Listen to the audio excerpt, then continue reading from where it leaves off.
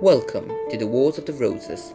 This is a tale that stretches from the mid-14th century to the late 15th century that pitted many of the kings of England and their relatives against each other. This war brought the longest dynasty in England to an end, dragged England out of the Middle Ages, and had two absolutely gorgeous flowers.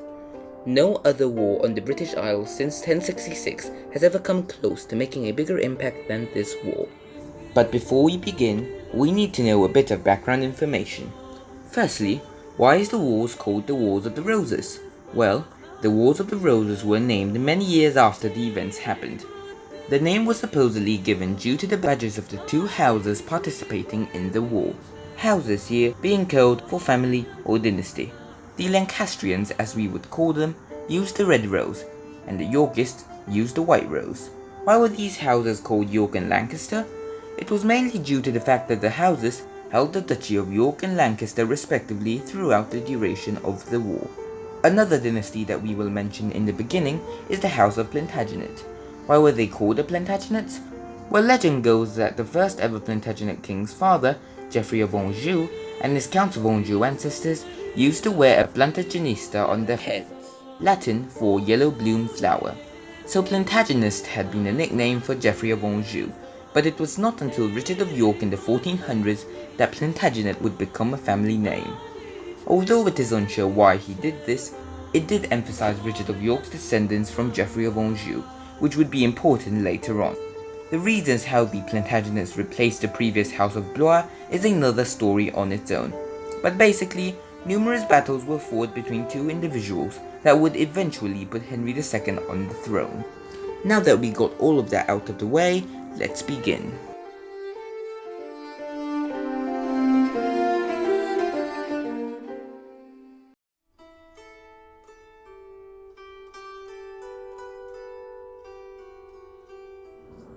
In 1066, William the Bastard invaded England from Normandy, and after defeating the English king Harold Godwinson at the Battle of Hastings, the Norman king became the English king.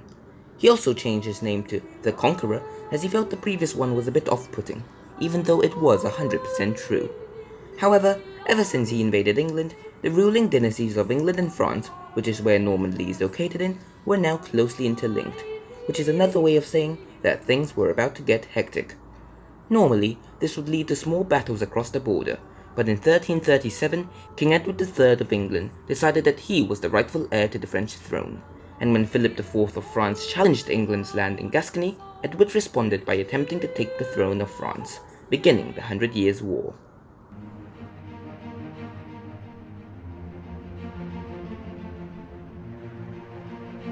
Edward III's heir at that time was his eldest son, also named Edward, and due to his success in the war against France, was extremely popular back in England. However, due to his exhaustion, he died of dysentery just a year before his father's death in 1377. This was not a problem, as Edward III still had 3 other living sons to take the position of king, except no, as England was a hereditary monarchy, meaning that the throne skipped an entire generation of mature 30-year-old warriors and instead got passed down to the Black Prince's son, a 10-year-old child called Richard II.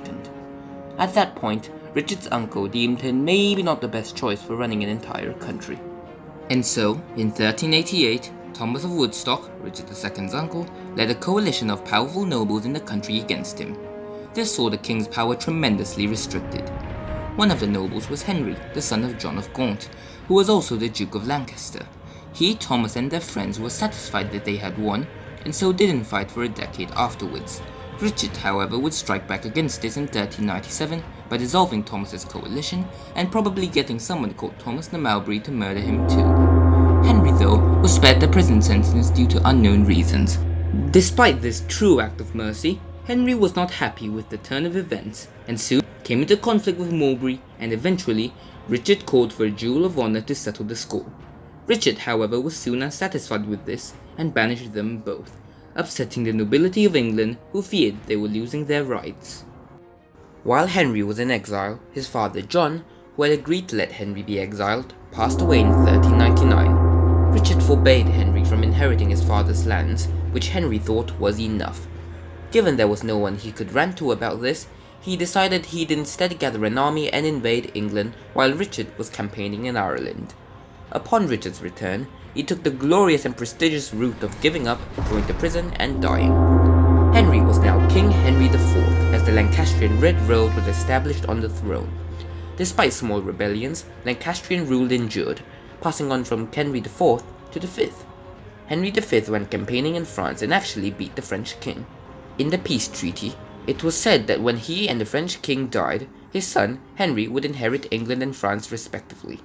Feeling satisfied, he then thought that dying in the war would be super fun, and so left the throne of England in 1422 for his son, who was just 9 months old at the time. Being 9 months old, no one in France took him seriously as the king, and so his coronation in Paris was merely symbolic.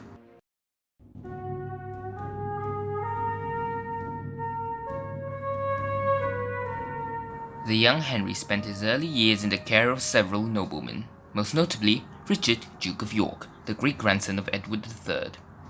When Henry became of age, he decided that he wanted to marry the beautiful, power-hungry French Margaret of Anjou. When she arrived, she immediately distrusted Richard and constantly tried to separate Henry from him. She instead proposed the skills of Edmund Beaufort, the Duke of Somerset, something that was maybe influenced by the fact that the Duke was not only a Lancaster, being a descendant of John of Gaunt via Catherine Swynford, but also one of Margaret's own supporters. Margaret continued to force York out of the court by sending him to Ireland, where he could not play any crucial role in the court of Henry VI. Instead, York's former position was given to Somerset, who one could argue was not the best. The failure of Margaret and her cronies, mixed with excessive corruption, left them extremely unpopular by the 1450s. Henry, on the other hand, was even worse, as he was viewed as beyond incompetent for a man who was supposed to lead an entire nation. York would eventually return and gather an army to march on London, demanding for Somerset's imprisonment. Instead, York was imprisoned until he swore loyalty to Henry before the court in 1453. By then, civil discontent had grown to uncontrollable levels, and those in power would soon feel the effects. In 1455, York and his Yorkist faction demanded that Margaret, Somerset, and all their Lancastrian accomplices' power to be revoked. That opportunity would be given to them that same year. Henry's failures led to defeat in the 100 Years' War, and as a king his natural reaction was to have a complete mental breakdown. A regency was set up in the king's absence, and the popular York was to be granted the title of Lord Protector. York quickly got things done by placing Somerset in prison and began implementing reforms. Before he could appreciate all he'd done though, Henry managed to recover to his wife screaming of how York was ruining everything. York's position was revoked, his reforms reversed, and Somerset released. York and his ally the Earl of Warwick knew the Queen was surely mad at them now, and so rose their armies in the north of England in an attempt to depose Lancastrian power by force. This would begin the first battle of the Wars of the Roses on the 22nd of May 1455 when the White Rose of York fought the Red Rose of Lancaster in the First Battle of St. Albans. This battle would end in a decisive Yorkist victory and Somerset's death. Henry was also imprisoned, but was released on the terms that York would have his title of Lord Protector returned to him. Henry, being a very strong man, would once again suffer a bout of mental dysfunction for a few months. He would recuperate once again to his wife's request for York's deposal, and would, once again, comply.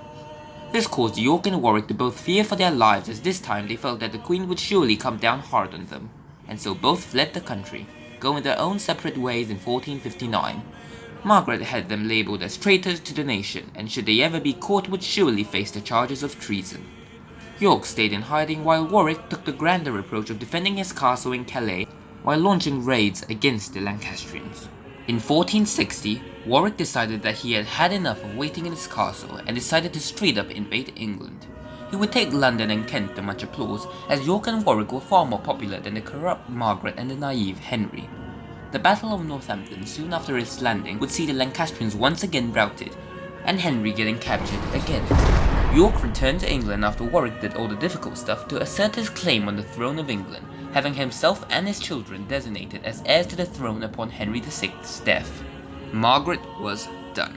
The only reason she came to this humid and sad island was for her beautiful child, Prince Edward, to become King Edward. She eventually struck a deal with the Queen Regnant of Scotland, Mary of Guelders, for some Scottish troops in return of the surrender of Berwick-upon-Tweed. York and his second son, Edmund, decided that they should stop Margaret before it was too late. This became their final fight as both their heads got stuck on the end of a pike in the Battle of Wakefield against Margaret Scott in late 1460. She continued her campaign southwards, beating back Warwick in the Second Battle of St. Albans and discovering Henry sitting quietly beneath a tree. After retrieving the bargaining piece that was Henry, she retreated to the north to consolidate her troops, leaving London without any king. The late York's eldest, Edward, would meet with Warwick and enter London. The Bishop of London talked to the boy and then asked the people of London for the judgment. The crowd shouted back, "King Edward." As de facto king, King Edward IV's goal was to remove Henry from power for good. He and Warwick would chase after Margaret's army and meet them outside the city of York in the Battle of Towton on the 29th of March 1461. They fought a brutal battle in a blizzard, and after 28,000 men were slain, Edward stood as the victor.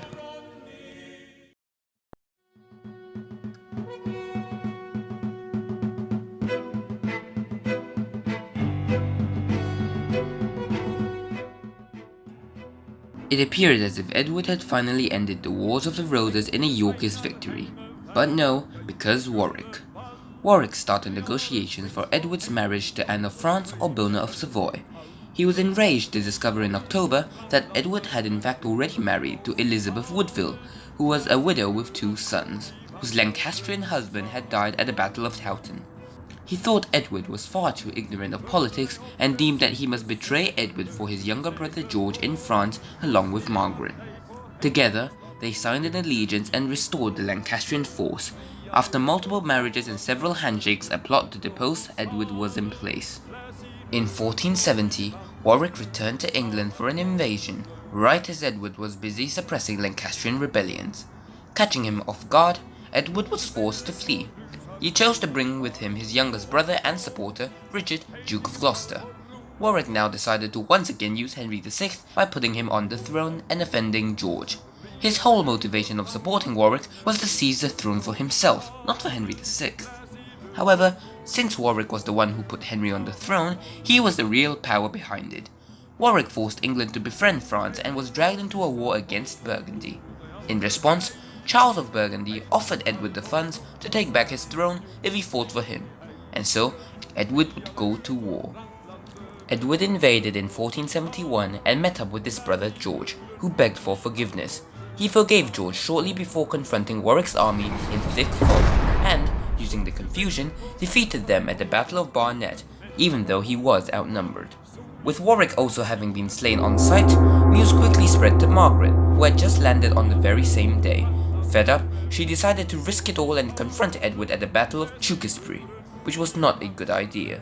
Prince Edward, Margaret's son, was killed, and Margaret herself taken captive. It was only when the King of France, Louis XI, paid the ransom for Margaret did she return home. Father would meet the same fate as the son, murdered soon after the battle, finally putting Lancastrian rule to an end.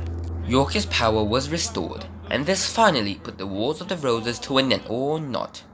While the remainder of Edward IV's rule was fine, the problem arose when Edward IV died in 1483. Whilst he did have a 13-year-old son, who was proclaimed as Edward V, he was never officially crowned, as that was prevented by his once loyal brother, Richard. Richard claimed that due to Edward's secret marriage, none of his children were ever legitimate. Using this claim, he made the princes conveniently disappear so he could enjoy the very comfortable chair that was the throne of England.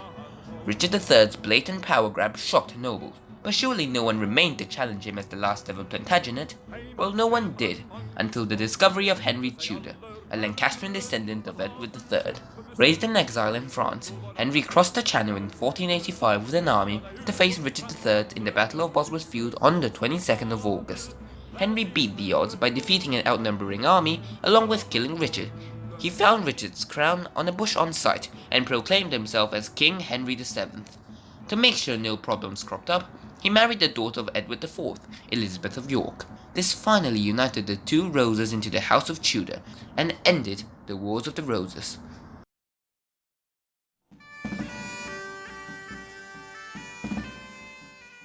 The end of the wars also coincided with the end of the medieval era in England. The power shift caused in part by the Black Death had finally ended, and England became far more centralized under Henry VII. The Tudors would pave the way for the Reformation that was to come, and eventually unite England and Scotland into the Kingdom of Great Britain under King James I and VI. And so, after going through a journey of about 100 years, what have we learnt? Overall, the Wars of the Roses had a major impact on not only British history, but world history. Sometimes I wonder what would have happened if Richard III won the Battle of Bosworth Field, or if Henry V didn't die so early and safe inheritance of the French throne occurred to Henry VI. But alas, history has played out the way it has, and maybe it is for the best.